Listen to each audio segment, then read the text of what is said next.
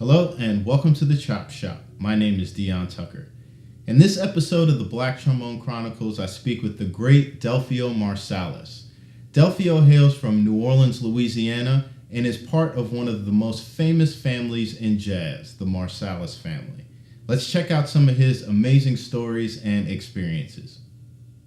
Thank you so much, Delfeayo, for taking your time and coming on and speaking to the people, man. I really appreciate it. No problem. Glad to be here. Yeah. And for those of you that don't know Delfeayo, he's an incredible trombonist and music producer, coming from the great Marsalis Family band. He has some amazing experiences and stories to share with us. So let's get to it.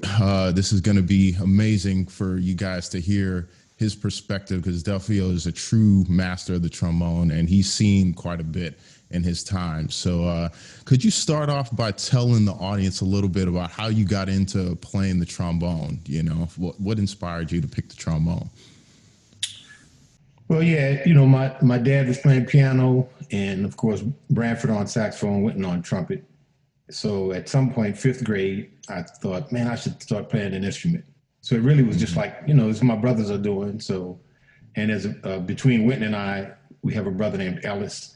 So he, at some point, was picking up guitar, which he didn't stay with. So fifth grade, the band director came by with the instruments and he was, anybody want to play? I didn't raise my hand. So a whole year goes by. Okay. Sixth grade, I said, I'm going to do it. And I saw that trombone and I was like, man, looks like nobody would play this. I want to play this. It had a look of uniqueness to it. And I would later find that I think is more well suited with my personality, much like the saxophone is perfect in Branford's hands, and of course Wynton is the consummate trumpeter. So that's kind of how it started off, and it's one of those things. I started off playing classical music, and that was really where I thought that I would be headed for a long time. Yeah. A lot of people are familiar with New Orleans jazz tradition, but is there a big classical tradition in New Orleans as far as players or orchestras, stuff like that? No, certainly not. Okay. We had the fortune of going to a school, the New Orleans Center for Creative Arts, and we generally make the distinction between, it's called NOCA, the old NOCA and the new NOCA. The old NOCA had my dad teaching jazz, the great Dr. Bert Bro, who just passed on last week or the week before. Oh, wow. And he was 84 years old. He taught classical. Lorraine Alfaro taught vocal music, but it was an art school. So we had a great theater program. Of course, the dance department, boy, Lord, we knew when the dance break was. Right. The water department was downstairs in the basement by the musicians. So we're like, Doc, we got to take a break. The dancers would be down there. Anyway. But it was high level stuff. It was like really high level. And the concept of the school, of the teachers at least, was to convince you that you weren't learning and you didn't know anything and you were so far behind that once you got to college, they're gonna laugh at you. They're gonna New Orleans, they don't know anything down there. But at the same time, we were learning on the college level. So freshman years, analyzing Bach chorales, and which I always loved to do, Palestrina motets and Monteverdi. And then the next year we'd get to Mozart and Beethoven. And then the third year was Wagner and, Penderecki and the modern music. So it was a great time. And it was very small. I had like 3 or 4 people in the classroom. Oh, wow. Okay, hands-on. It was a public school. I mean, it was one of those things. It was just a great time. And at some point, the new NOCA, they kind of used that as a platform to do a lot of fundraising. Now it's like millions and millions of dollars. So they just have to find students to fill the school. Whereas when we were going, and that's where Branford and Wynton and Donald Harrison, Terrence Blanchard, Harry Connick Jr., Trombone Shorty, just the list goes on and on. Yeah. The people about from New Orleans, almost all of them went to NOCA. Yeah, I had a similar upbringing in Miami, Florida. I went to a school called New World School of the Arts, and some very similar thing. We were definitely studying college level things at that level in high school, and everybody was pretty serious. You had to audition to get in, so it was a great environment.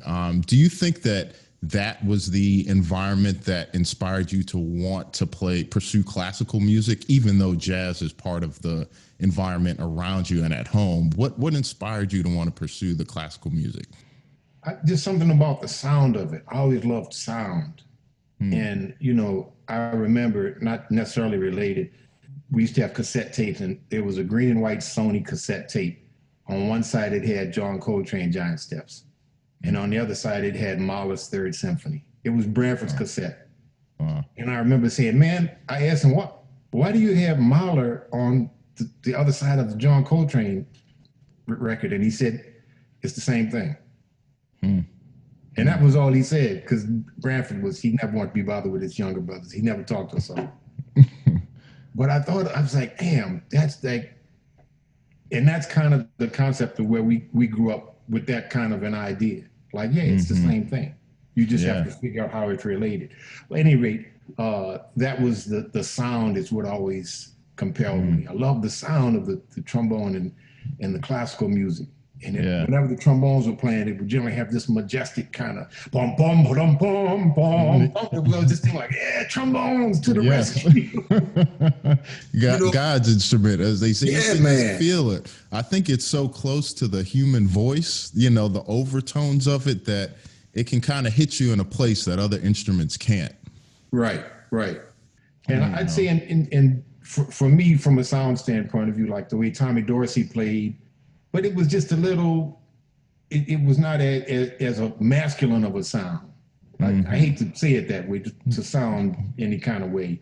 Yeah. Because he always played kind of in that upper register, and that's where a lot of guys gravitate to playing up there. It's good it's excellent. I mean, Tommy Dorsey, for me, man, to play a melody like that, and a lot of times when I'm playing, I'm thinking like that, I'm just maybe playing down an octave. Yeah. But, but I would say that, and the main inspiration for me studying classical music was a guy named Kevin Wavers. And Kevin was a year older than me, but he just had a real natural sound for playing jazz. And I mean, unfortunately, he passed on. I think he passed on maybe even a decade ago. But it was one of those things where instead of embracing the competition, which I wish I had at the time, I said, well, I'm going to just carve up my own kind of little place playing this classical stuff. And I like the classical. I like the idea of analyzing the chorales, and the harmony and things were always important to me. And that's where I started off. Yeah. Did you have any private lesson teachers that at the time when you were studying that kind of taught you these classical repertoire and exercises and stuff like that?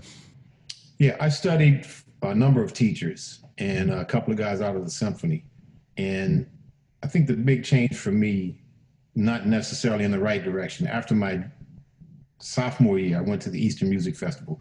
And man, I really had a great experience. And the big concert we played, Sibelius #2, and man, it was cracking. I mean, it was one of those things where when they say you get in a zone where it's literally, I don't even remember being there. I just remember that it happened. And I had a tape, man, I lost that tape. But I would say that orchestra, the brass, we sounded like a professional orchestra, man. We were really strong.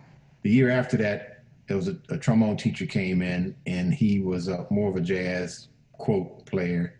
Not really like a real, he played like big band kind of jazz. And I think at that point, my technique slipped. So I wasn't on top of it. And, the teacher, the way that, I'm not blaming him. I'm just saying I was not on top of it. But I remember after that sophomore year, I was going really in the right direction where I wanted. Then I kind of got a little lazy or whatever. But I've studied over years with so many great, classical. He had a couple of lessons with the great Arnold Jacob, tuba, and which was interesting. And I studied with Ron Barron in Boston and Norm Bolter for a little while. Yeah. But, many great teachers, Brett Schuster, who's out at the University of Louisville, was really instrumental.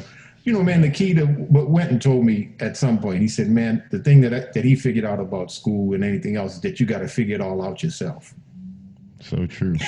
So You know, true. and it's like, because I look back at what the teachers, and they all pretty much said the same thing. I mean, they Yeah. might have had a different approach, or they said, but they're saying the same thing, which Yeah. is Yeah.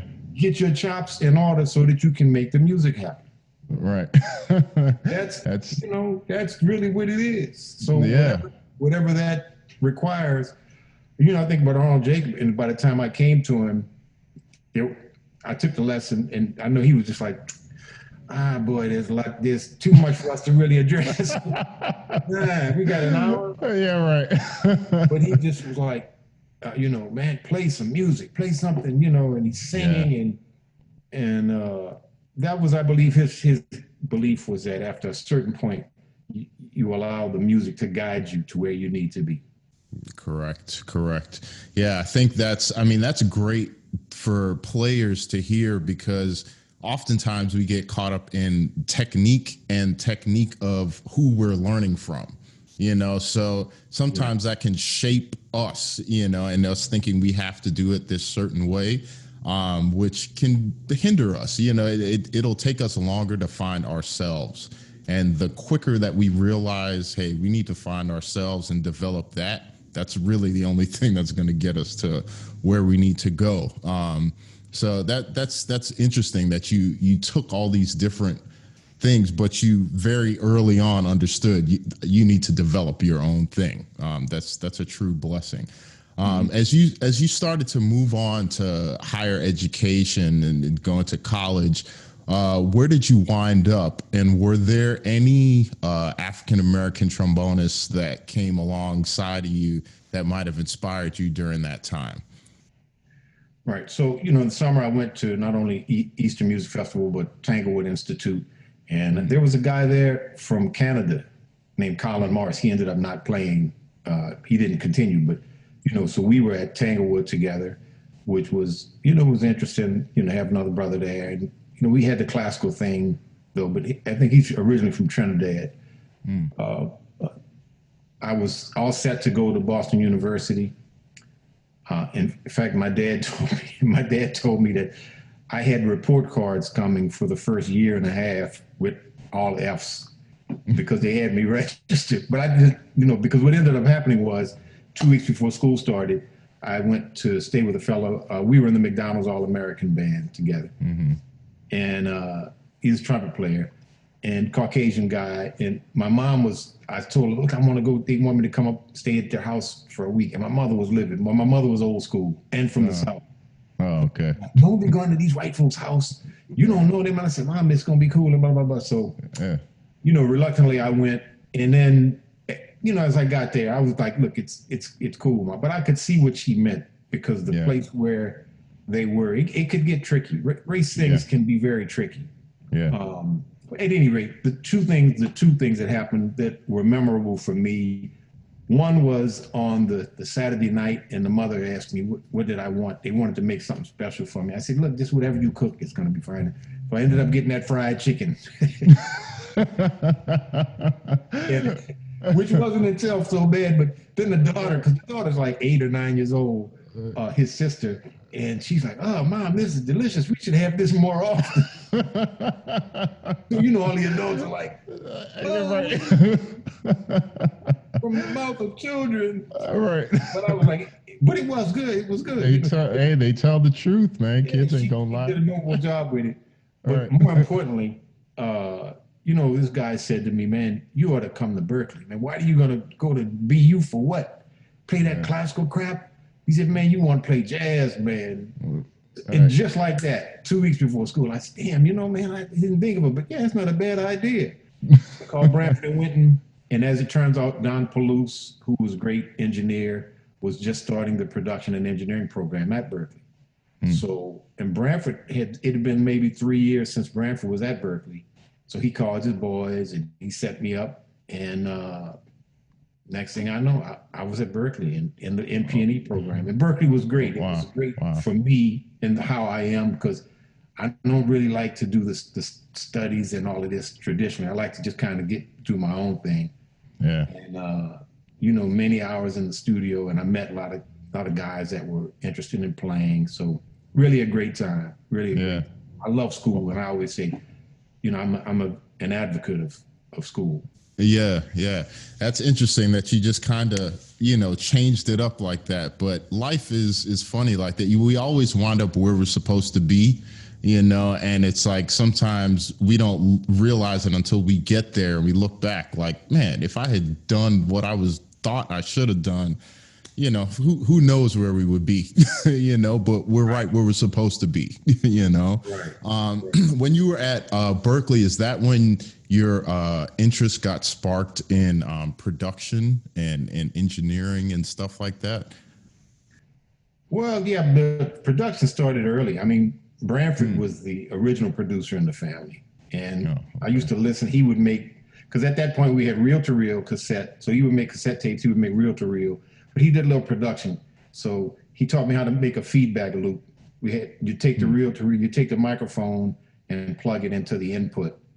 And wait, you have the microphone and then you plug the output of that channel into the input of the like line in, and then you turn the volume up and it feeds back. So, hello, whoa, whoa, whoa, whoa, whoa, whoa. Okay. I was always fascinated that it was a Tascam reel to reel, had the blue light, and I was like, oh man, so that's how I got interested in production. But man, from 5th or 6th grade, I was the one designated to press the red button, and I used to have a little red tape recorder that I would bring around, recording different things. So even throughout high school, and it was in fact when Wynton made his original demo tape for CBS, he had come back home and he was practicing with my dad, and I made the recording at home. Then they went to the studio, and it was more of a pop studio. Wynton was like, "Man, you got a better sound here at the house than they got. And they got all this fancy equipment." Now, the home recordings didn't sound like the studio. I didn't know about reverb and the ambient sounds. There were things that I didn't know. I was just figuring out, by ear. So by the time I reached college, I had done a lot of recording, and in the house, I said, okay, the front room, it sounds good, but it's a little dead sounding. The bathroom, it has the ambiance, but it's too small, so the sound is bouncing around. And finally, it was like the kitchen had wood floors. That was the best sounding room in the house to record in. And my mom would be like, "Get out of my kitchen, boy." Well, I'm like, okay, well. Oh man. Wow. But Berklee was the place. But it was, I met a guy, Patrick Smith, Big Black Pat, and it had to be meant to be, because he was more of an engineer, and he's one of the great engineers in the world today. But even then, I was kind of the producer. He was the engineer. So when I took the engineering classes, he would do the work for me. And when he did the production class, we would swap out. And anyway, just really great memories at Berklee. Great time. Yeah. For those of you that don't know Patrick Smith, like Delfeayo said, he's one of the best sound engineers out there. I had the pleasure of working with him on Harry Connick's TV show, The Harry Show. I think they won an Emmy for the sound for that. Best sounding live TV show I've ever done. It was really impressive. He's a bad dude, and he plays some trombone too. Which he was very modest about. he had iron chops. He learned correctly from, high school. So we'd always have these high note competitions that he always just slaughtered me in. And then there was his famous defeat of me on Stella by Starlight in the dormitories sophomore year or junior year, which I never lived out. It's like, Stella. See, he never told me that story. I'm gonna get on him about that. Man, but it was fun times. But yeah, he had iron chops. But he's a great example of not only being in the right place at the right time, but also the importance of accepting the job.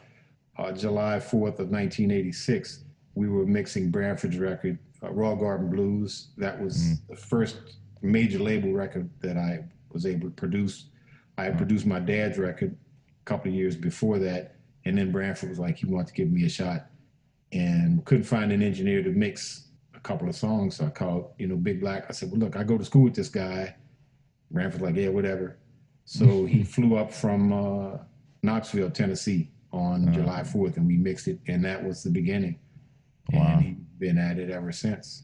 Wow. In fact, but the better story with him, when Branford went to the Tonight Show with Jay Leno, Doc Severinsen's band, it was a totally different setup. Doc Severinsen had a big band, and Branford came in, he had electronic instruments, and he said that the Tonight Show band hadn't rehearsed probably in 20 years or more.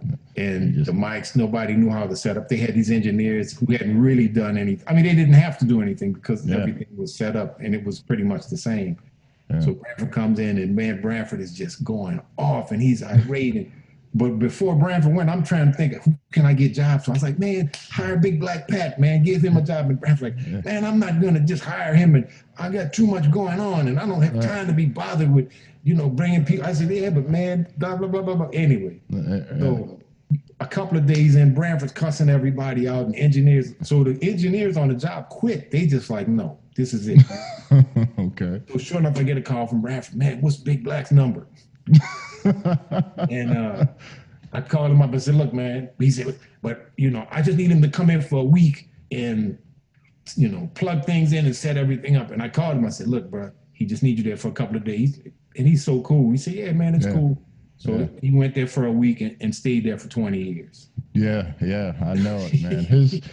His work, I'm telling you, his work is ridiculous. Yeah. So professional too, that's the thing. Absolutely. Anyway. Absolutely. Man, that's a good behind the scenes story. So as you've taken this love of engineering and now you've taken it into the studio a little bit. You've done probably over 100 records that you've produced. Have you ever looked at that experience? Because most jazz producers throughout history have not been African-American. I'm talking about the Rudy Van Gelders, the George Avakian. Most people are not, they're older white males. So have you ever looked at all of your experience in being like one of the leading, probably the leading African-American producer of jazz music? Have you ever looked at it from that perspective? No, I mean, I was in the right place at the right time. I had good connections. It's just reality. My brother called me up, Branford, because he couldn't find a producer. And he said, man, come and produce this. So I showed the interest and the passion. And then after that, there was a brother who was an executive producer at Columbia named George Butler, Dr. George Butler. And he actually looked after me. Once he saw that I could do that, he put me on to Harry's first CD or record. It was an album at that point. But there were a number of projects that he had me involved working with. So again, it's one of those situations where if you come in and you're prepared and you do a pretty good job, it's a possibility that you'll get more work. And I think had I been in New York, I would have gotten much more work. But I decided to come back to New Orleans.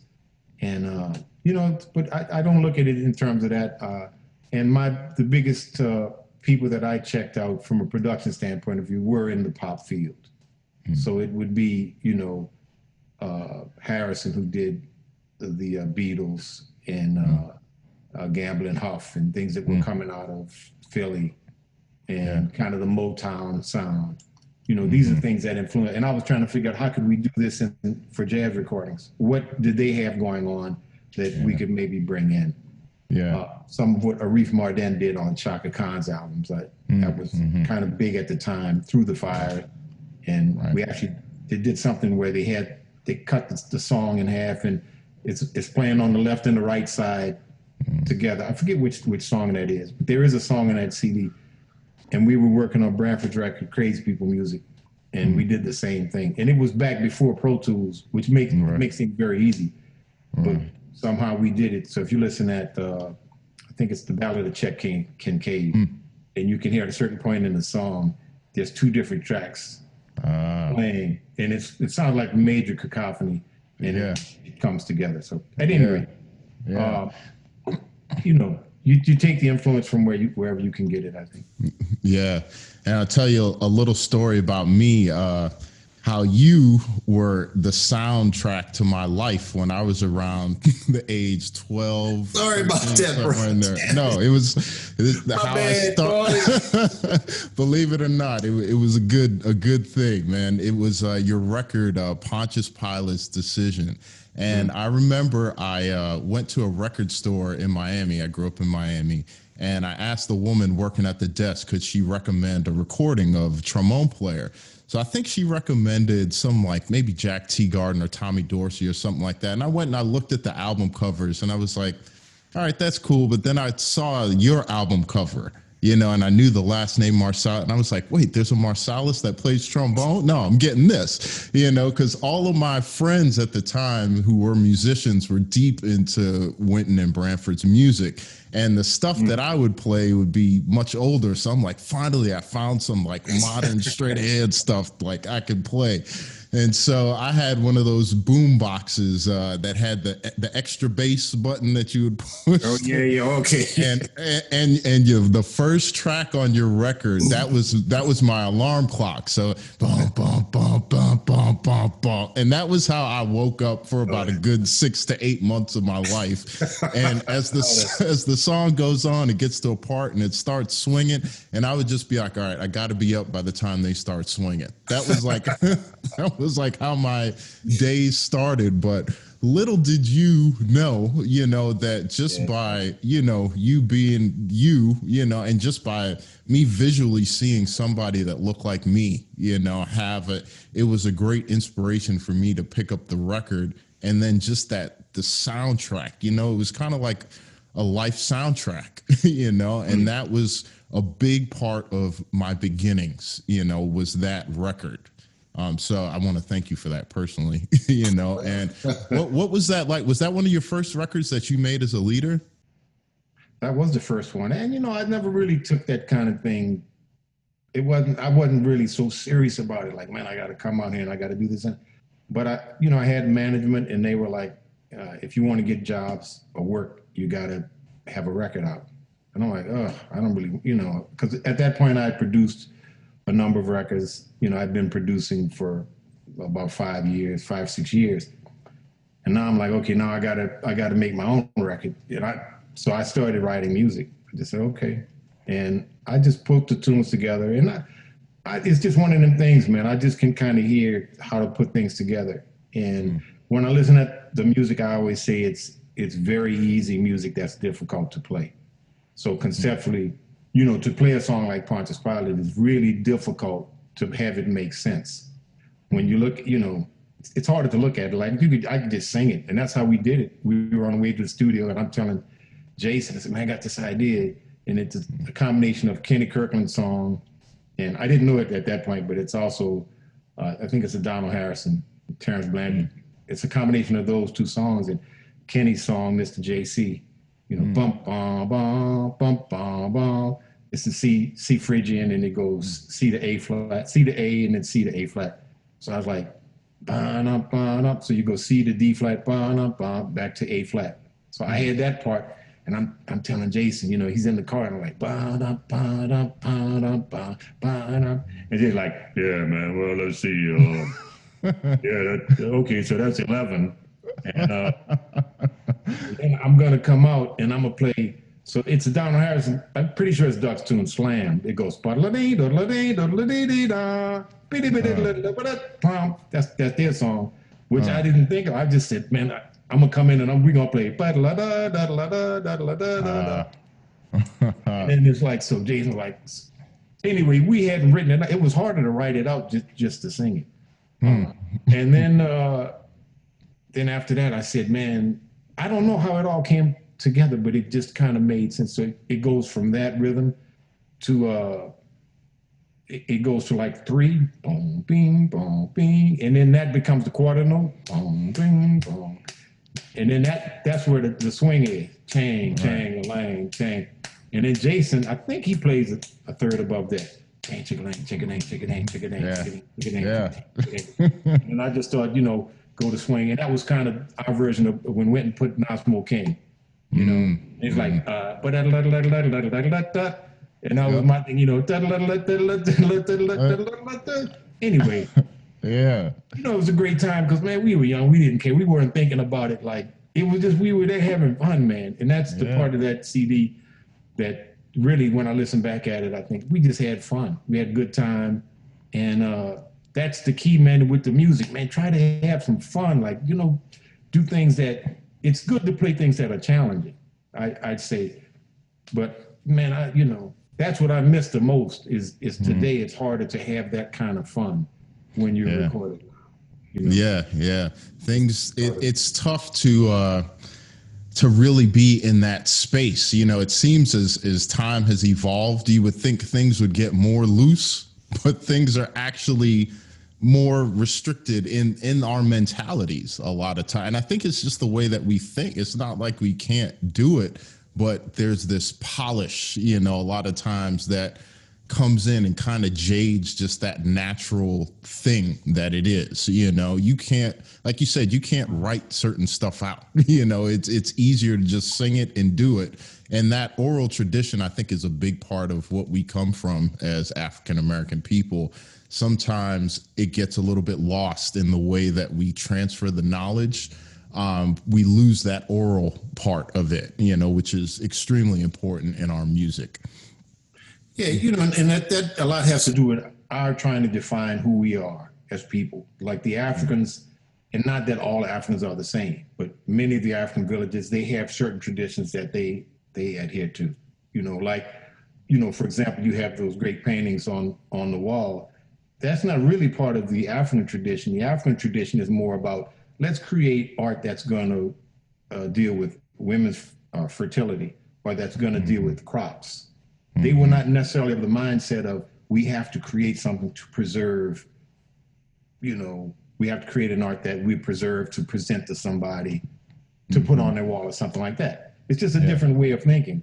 And then what I equate with more of a European tradition, and my brother Ellis gets on me about, yeah, well, what part of Europe? I'm saying, but you know, the whole idea that things have to be codified, and you have to know what it is. You have to write it down. You have, so I'm somewhere caught in between both of those. It's like, yeah, okay, we can write it out, but Yeah.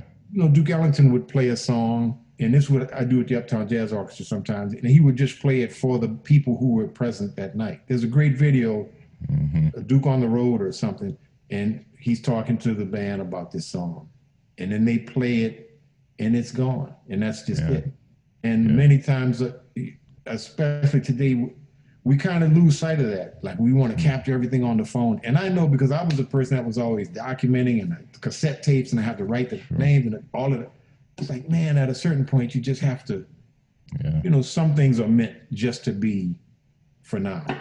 Yeah, yeah. No, that's kind of heavy because I mean, that's important, and it really makes me think because as we're here documenting right now, you know, that's kind of what this series came from, but it came from the flip side of when it was always these stories would just happen and then they would leave. Then they would never be documented. You know, I see an important void in our stories of things like this being documented.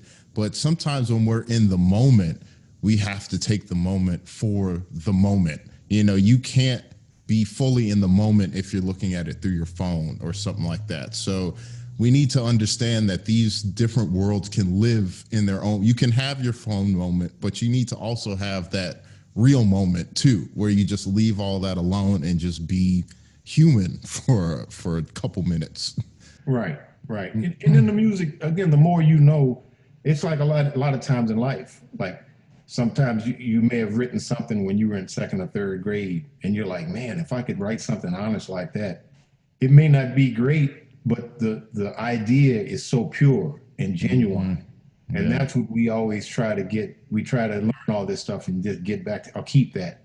And that's something that I think is, you know, in my recordings, there's a certain thing where I never like to have it sound like a studio recording so much as as just some guys getting together playing. And that to me is something that I've been fortunate over the years. And I still try to do that with the big bands, put everybody in a place where they can just have a good time. Yeah. Yeah, you have a great record to go from Pontius Pilate to one of your records, your later records called Make America Great Again, which oddly enough, at the time we're recording this, we're in the midst of probably one of the most important days in American history, which is the 2020 presidential election. Everybody's on the edge of their seats waiting to find out how this is going to turn out. We're all hopeful that it turns out for the positive for this country.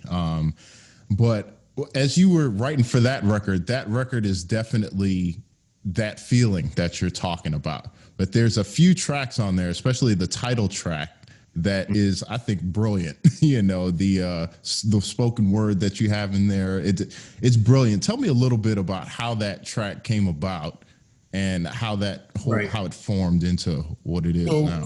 The CD was finished, and kind of the regret looking back. Again, if I'd have thought that, Donald Trump would be elected, there's no way I would have named the CD that. I really was thinking, yeah, he's going to lose. This is going to be kind of funny.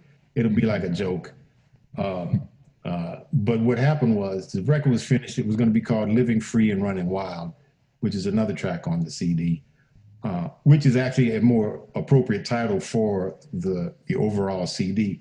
June 4th of 2016, we did a gig at Snug Harbor, and it was one of those nights I was just talking about. I said, we're going to make up a song right now. What would y'all like to hear?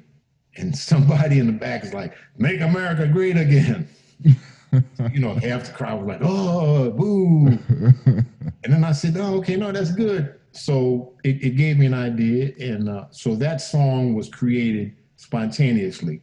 Of course, we refined it afterward, but I turned the phone on in the middle of the song because I said, oh, it's not that bad. But I told the rhythm section, I said, look, man, go to like an old vaudeville kind of a 2-beat feel. And then I told the saxophones, just make up a melody that's more long and sustained. Trumpets, they can't do but a couple of things anyway. Trumpets know with them, all they can do is peck or play high notes. So look, peck, that's what I was telling them, play rhythm. Pop, pop, pop, that kind of a thing. Right. Anyway, we recorded the song, and I said, damn, we need to go in the studio. We went in the studio, and we added this song to the already finished CD. And I listened at it. I was like, damn, man, it's not really complete. It's something about, it was okay, but it sounded like what it was, like something you just threw together with a couple of different riffs. I said, man, I'm gonna write a narration. So the narrations, I don't even know where it came from. I just started writing about how I felt about being an American, and there's always the Confederacy is lingering. And now the history, the way it's being told, is that we're embracing kind of the beliefs of the Confederates and pretending that that's America. We're erasing the fact that the Confederates were fighting against America. So I wrote the narration, and I called Wendell Pierce, and I said, man, look, I got this narration I need somebody to read it, but I need a white guy. Because I'm thinking this would be really funny. This white guy reading this. And Wendell's got that. He said, oh yeah, man. Well, what kind of sound are you looking for? And I'm like, damn, Master, you do that. You read. Well, I'm not trying to take anybody's job. I said, no, man, no. It made sense to me. I said, this is actually a black man speaking. It's his experience, because he sacrificed everything for America. He's done everything he could. He's done everything that you could, and still he's not going to ever be embraced. Yeah. They're going to embrace people who don't believe in America rather than embrace him for something that he can't, he has no control over. So, no, man. So we went in with Wendell, and really, really consummate professional. And every line he said, read me this line. And I'd read it to him how I was hearing it. And then he would just interpret it. And so then I put it together, and it just kind of ended up, because the song is in E flat, and the solos go to A minor. So that was the idea of Make America Great Again to me, was we went from kind of a happy-go-lucky kind of a situation to something that's more intense. And so we've been through the civil rights movement, and we've been through a lot of Vietnam War and all this, and we're trying to go back to this happy time. You never can really get to that happy time that way. Because now we know. Now we know that, it wasn't June Cleaver. It wasn't Leave It to Beaver. Like Yeah. that's part of it, but it wasn't actually that. Yeah. Anyway, Yeah. I'm kind of rambling on, but that's how that song came, to be, and Yeah. I think one of the great political statements on America. I mean, it just came. It's just what it is. Yeah. Do you feel like all of the stuff that's gone on as far as the social injustice, do you think that's gonna play a part in any of your upcoming compositions or the way that you present those compositions? Or like, how do you use your musical voice with everything that's going on in your environment? How does that come out in your music? Man, it's tough because I've done gigs where I did one gig and it was famous because the band almost got up on a guy, and because we played Back to Africa, and depending on what story I want to tell. Sometimes I tell the story, living free and running wild, and I always say, this song is about the greatest day in American history, 1492, the day before Columbus showed up, and Columbus showed up and the native people were already here, and of course they were violated and imprisoned. You know what happened to the women. Yeah. It was that kind of, and I'm telling this story, and a guy came up on me. So the band, when we finished, we walk off the stage, so we walk off place. So the band walks off, and I walk off last. And the guy just came up on me a certain kind of way. And I'm trying to be respectful. Man, we didn't come here for your politics. I said, man, it's all the same to me, man. Man, you guys are too great a musician for that. And it goes back to that philosophy of just shut up and dribble. It goes back to, and I just told the guy, look, man, well, now man. You don't have to come back to my shows. Yeah. But I'm saying that, man, it's a strange thing. And there's a point at which, and I look back to my parents, my mother was the kind that, boy, she never would let you pull the wool over her eyes. She had to let you know, you're not going to get away with this. My dad, he was of a different mindset. Okay, that's what you're trying to do. It's not important to him to let you know that he knows what's going on. Yeah. And I'm more of his mindset now. I've been all these years more like my mom, but I don't know that that's really going to be beneficial moving forward. Because the fact that so many people are entranced with our current president really is a strong statement. And it's a testimony to.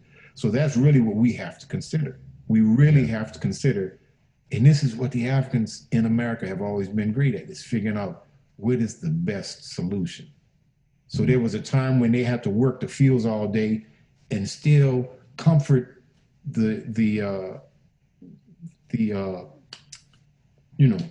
hate saying the white folks, because that's not really what I mean, but they had to comfort the people who were oppressing them by letting them know that, man, this is actually okay that you're doing this. Yeah. So, Black folks have always had to be the moral voice, the moral consciousness of America.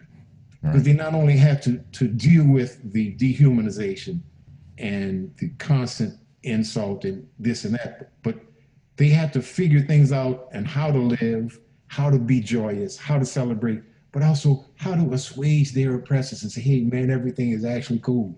Yeah. So I think it's a similar mindset. I mean, I don't know that I can keep coming strong with the kind of politics that maybe Mingus did. Mingus had a special place. And so it's something that I'm thinking about constantly, because I have a couple of songs that's based on what's going on now. I've got the blues for Breonna Taylor, and I've got something else. But there's a certain point at which people today will just tune things out. Yeah. So but I don't know, man. And then the other part of me is just still, my mind is going to come back and I'm going to be like, oh, well. Right. I thought I could. Yeah, well. That's right. It's so much of it is ingrained. It's ingrained in us, and it's funny. I have the same thing. I have these qualities of how my dad is, which is probably more like how your mother was, and my mom is more like how your dad was. And it's different because culturally, so my mom's from Jamaica. So Okay. Wow. the way people in the Caribbean have dealt with their oppression is a lot different than the way people from America have. So it's this weird like dynamic. Like my first half of my life, I think I was more like my mom. The older I get, I think I become more like my dad, because he had just had such a different experience. He told me that when he was in high school, they couldn't get any books, that they got hand me down books. They could only meet in like one library. They didn't even really have a high school, really. But a big part of it, he said, was that all the students, like, being smart and knowing as much as they could was important. If you were dumb, like that nobody was dumb. Everybody was trying to educate themselves and be the absolute best that they could. And I feel like, in a way that we have to start to get back to that. I know education is a big part of what you do. How do you feel like, as an educator, you can tie that gap a little bit to using your experience to bring it into the younger audience? Man, I think there's been a gradual resistance to a certain type of intelligentsia in the country at large. Mm. So I find myself in situations where I don't know how to really explain it, but I would say the challenges of Black folk today, from that standpoint, are different than the challenges when James Baldwin was coming up or when Du Bois was coming. It's different now. I don't think it's a necessary. It's not necessary now for us to define ourselves the way that they were trying to define ourselves. Yeah. I'm a fan of education, as I mentioned, but at a certain point, we have to reach the people. My main message for anybody trying to play jazz, because what I found is that the people attracted to jazz now, it's more the nerdy contingent. Mm-hmm. It's more the folks that don't hang out. You look at the older jazz guys, Miles Davis and these guys, they was hanging out with people, and, they were a part of like what we would consider like the rappers today. Right. From a social standpoint of view, the way that we look at them, we say, oh man, Snoop Dogg, he's always right. And now the jazz community it's become this academic kind of a place. And I try to always tell the youngsters, man, first thing is play music that the women of your generation are gonna like. That's the first key is find some women who are not musicians and say, what do you think of this song? Yeah. And play something until they're like, oh yeah, that's my jam. Mm-hmm. Because jazz has always been a music for the people. And we have to find that place. So it's like, how can we consider ourselves seriously studied people? It'd be like a doctor that went to school but couldn't cure people. Yeah. He couldn't help, but he could sit there and tell you how much he knows. Well, I studied this and I said, but man, can you help? Well, no, but listen to what I've accomplished. Right. So at a certain point, the greatest thing that the musicians can do today is to embrace the popular music and figure out how to incorporate that in what they do. Like, you have to do it. And I say to the students, know at least one or two songs in the Billboard Top 10 at least once a year, if not more often. Because you might think, oh my God, how sad is this? Oh, this is terrible. But if you're such a great musician, why is it that you are unable to make that sound? So I would say really know what it is. Because the other part of this is, man, look, okay, we got a great jazz video. We're like, oh man, this is one of the great things ever. And John Coltrane, my favorite things, 5 million views or something or whatever it is. And then you got, and we look at the great pop song, 1 billion views or something ridiculous. Yeah, right. Baby Shark, 7.8 billion views. It's like, so I'm saying, man, there's two ways to look at that. And one way is to just decry how immature and how sad, how stupid and something else is. And the other way is to say, okay, is there something that I can take from that? How can I reach people? So anyway, it's a thin line, man. We're in a strange place. We really are in a strange place. And I don't think it's the intelligentsia is not going to save us. Yeah. It's not gonna lift the country up. out of this place where we're on is a strange place, and it's going to take a lot of patience. And so that's what I'm trying to figure out. I like making kind of the political statements, but at the same time, it's like, you know, the tree falling in the forest and nobody's there to hear it. It's like, That's so true. I always tell younger musicians, you know, a true sign of a master musician is somebody that can get on stage, like no matter what it is, and make themselves be a part of what is going on. They're not up there standing out, showing off. What they can become and morph into a part of what is happening. That's the true sign of a master, I think, in any field, being able to adapt, you know. And I think as Black people, we always have to master that. How do we adapt into these different roles that we need to play, you know? and the African descendants have been the greatest at adaptation. Yep. I mean, just any situation you go in and just, okay, assess what it is. I mean, that's a great skill to have. That is a great skill to have. So I'd say, man, use it, you know? Yeah. And that's kind of what we aspire to as musicians, to be in a situation. And a lot of times in an improvisational setting, it's not that you have to. I'll be in a situation, maybe, you know, I'm confronted with a song that I don't know, or I'm not as familiar with, and it's like, okay, what do I do here? My first choice is I don't solo, because I don't have to solo. But then if it's a jam session or something, then it's like, okay, I have to prove that I can actually solo on this song, because that's just what generally goes on. Now, keep in mind, this has been years.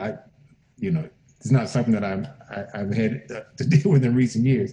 But my point is, I try to make sure, okay, I'm gonna just play something around the melody, because in that moment, the question to me is, how can I utilize my musicianship to make the best possible musical statement? Not necessarily, man, you know, how many changes can I run?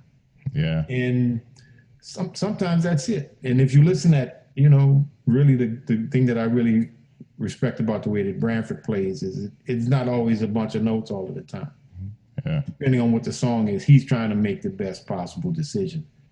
Yeah. And that's what I aspire. Speaking of which, man, he turned me on to Kid Ory. And I'll tell you the truth, I just haven't been a big fan of Kid Ory's, because I listened at the earlier stuff. It's hard to really make out what he's playing. Right. And, you know, Louis Armstrong, when he's playing with Pops, the trumpet is always so powerful and commanding, and the trombones in the background. But man, Branford turned me on to this stuff, and I was like, what is going on? If I can find that. Because but now I'm listening to it and I hear it an entirely different way. Now I'm hearing it, I'm like, oh, this is what Kid Ory was doing. Yes. So, and man, we should learn you some Kid Ory, man. I'm gonna send you the link. Please do. Sometimes it takes, I know for me, it takes like something I listened to when I was young. I listen to it now. It's like, oh, that's what that is. You know, we need that time to develop our ears, you know, and our listening skills. We know we spend a lot of time learning how to play, but we should spend equal amount of time learning how to listen, you know? Oh, I mean, that's the thing. I like to learn, like I'm trying to learn this, it's on my other computer. It's on my phone. Oh, it's on my phone. Wait. I don't think that I can get it to you here in a quick fashion where you can really hear how brilliant it is. But we'll see with the technology. Maybe I can actually. Hold on. It's Sugarfoot Stomp. No, okay. Let me try to share it. And let's see, AirDrop. Let's see what happens if I go to AirDrop here. But yeah, Branford is a fan of just listening to things. But I would say I'm more similar to Wynton in the respect that Wynton really wants to learn exactly what it is. Whereas Branford is not so concerned with, he just listens to it and listens to it and listens to it and gets it in his ear. And then, and I think both ways are good. Of course, he plays saxophone and we're brass players, so there's that advantage.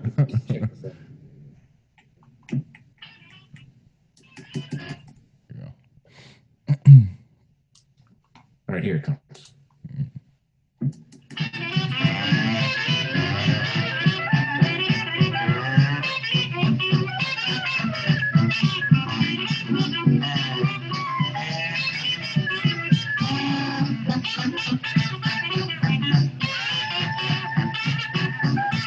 Like, you know what I'm saying? He's driving the band. It's like, man, let's get to the solo. Check the solo out.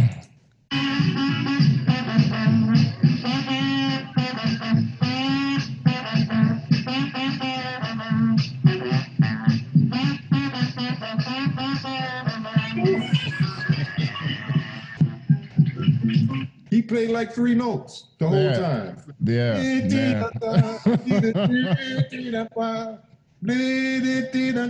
know what I'm saying? Yeah, man. You juxtapose that to now this is 1948. And it's not necessarily a fair comparison because J.J. is much younger. But now, if you listen to what J.J. is playing around this same time.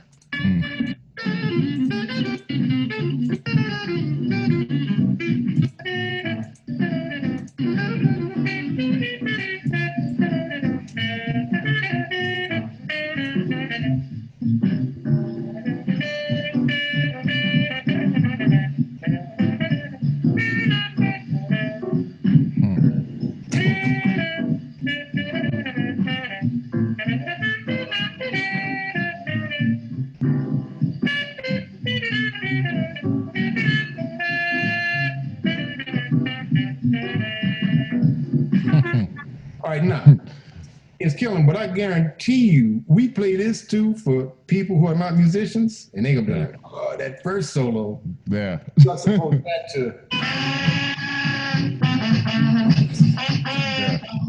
You know what I'm saying? Because it has more of a sense of realness of experience. It's like almost like, man, he's telling me something that went on, and I was there.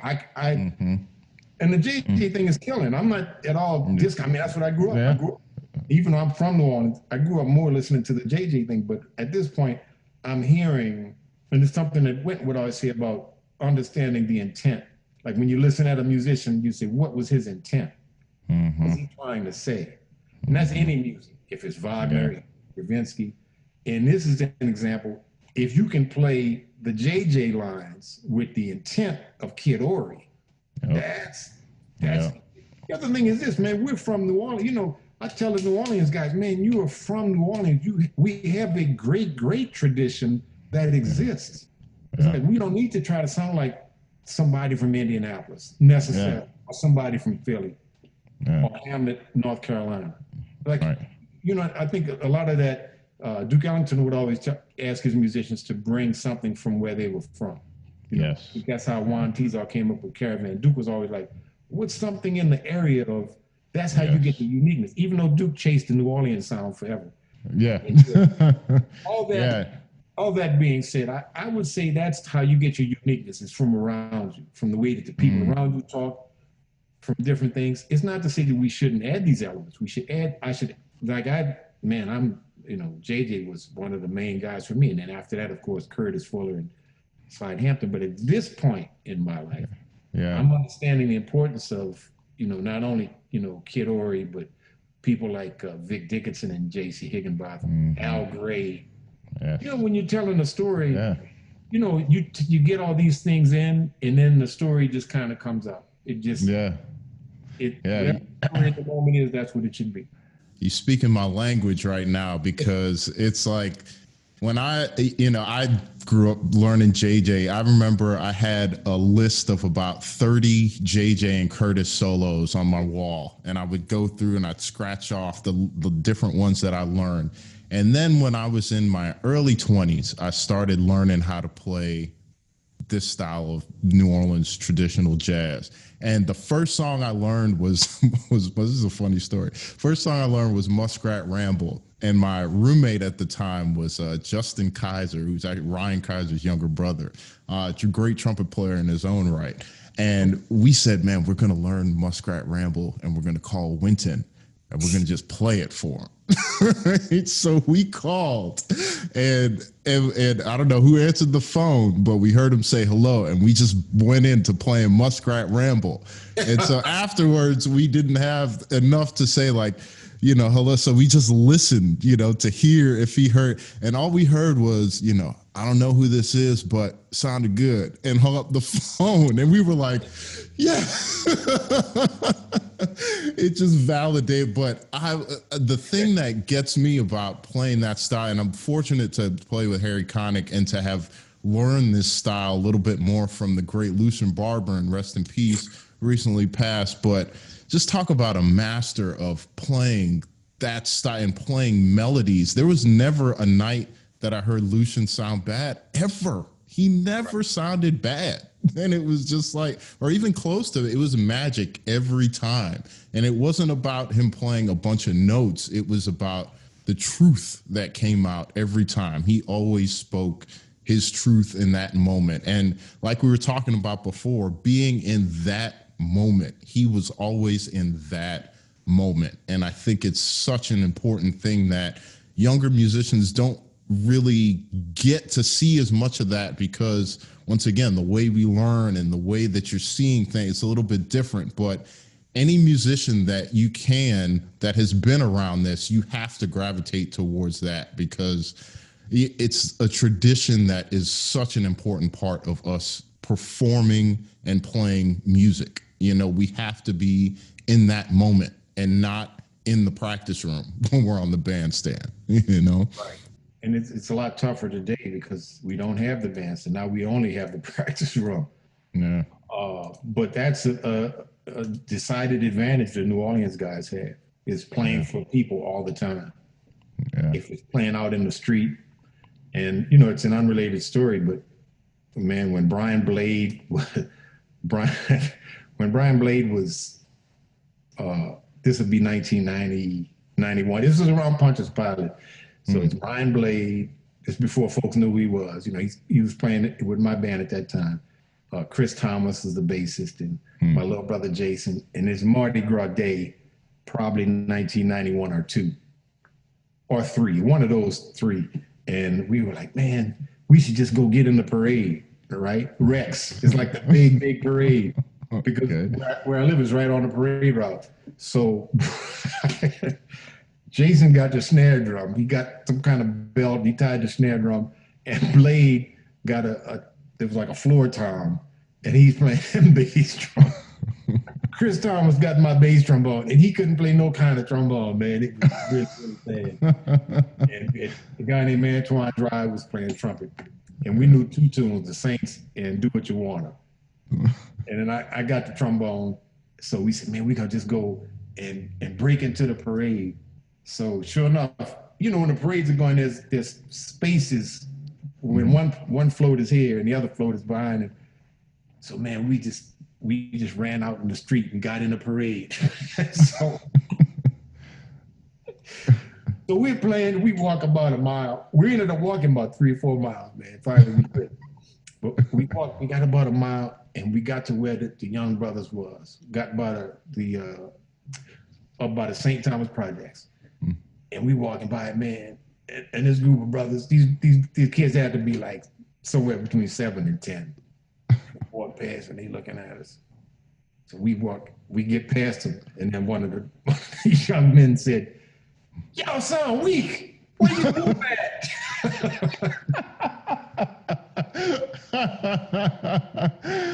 Oh, weak. Where your tuba at? And I was like, because that's how people who are not musicians assess music. Yeah. They don't assess it like, man, you're not running the chord changes right. Man, right. They're like, man, this don't sound. I know I've heard this sound, and this ain't. Anyway. Oh man. But that's an advantage that we have, again, here in New Orleans. You can play for a young kid, and the kid be like, nah, man, that sound weak. Man, what you doing? Yeah. And that's what you have to be unafraid of, to be able to me, we ought to be able to go anywhere, to a school, anywhere, and play something that is going to make the students, listen or want to participate or something. Yeah. That's kind of our job. We're professionals. This is what we do for a living. Yeah. The pop musicians don't have that. I mean, yeah, they're making all the money if they're good, but they don't have that responsibility, because typically they didn't go to school for it. They just kind of picked it up. Right. I'm saying, if we really are studied musicians and we take ourselves seriously, we have to do a better service to the people in the mainstream. Yeah. Yeah, man, Delfeayo. Usually I usually, ask somebody to leave us with some parting words, but you've done that. This is the last part of what you said was just incredible. And I think it's something that everybody can take with them as whether you play music or not. I think everybody can take a lot of what you said with them and apply it to their own thing, whatever it is that they may do. So I'm not going to take any more of your time, but I am going to say a huge thank you to you for sharing your knowledge, your stories, your experiences with us. It's absolutely been incredible. And I want to thank all of you for watching this episode of the Black Trombone Chronicles. And I'll see you next time at the Chop Shop.